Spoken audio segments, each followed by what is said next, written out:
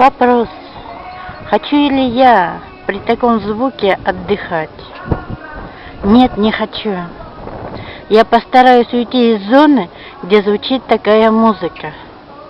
Наличие множества кафе, множество современных игровых территорий обозначает, что обязательно наличие такого ненужного, утомляющего звукового оформления.